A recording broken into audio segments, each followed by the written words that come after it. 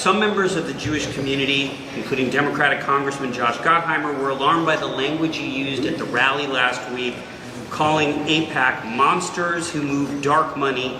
These are phrases that invoke old anti-Semitic tropes and conspiracy theories. What do you say to those who are concerned that the language you used is dangerous? Now, I want to be very clear. We're talking about a status quo where children are being killed on a daily basis. More than 1,000 Palestinians have been killed by the Israeli military since the so-called ceasefire. Even an Al Jazeera journalist, Ahmed Wishah, was killed this past Saturday by an Israeli strike. And when I am speaking about AIPAC, I'm speaking about an organization that has been supportive of the status quo, that has fought any attempt to actually deliver safety to people not just in Palestine, but frankly, through much of the region.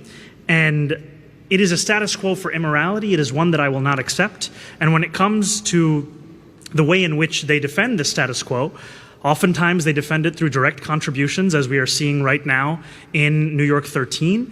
Oftentimes they also support the status quo through dark money, by filtering money that would have previously been directly from AIPAC, now through other shell organizations whose identities of their contributors are only made clear after an election. And I think that it is important that when we ask ourselves how such death and destruction is happening overseas, we also name those who allow it to take place. All right, we're going to go.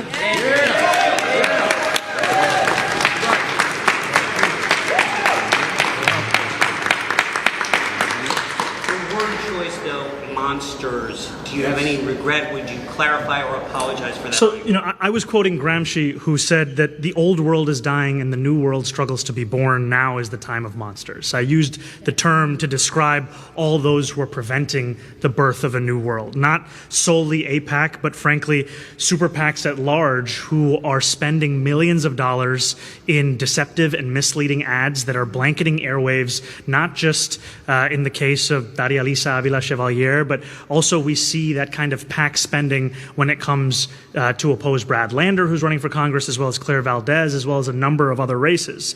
And I also use the term to describe a politics that for far too long has asked working people to lower their expectations. It has asked working people to be satisfied with small victories as their wages grow even smaller. And my use of the term is a broad use that speaks to the untenable nature of a status quo that is quite literally starving people in this city, all in the name of sustaining something that we simply cannot defend any longer.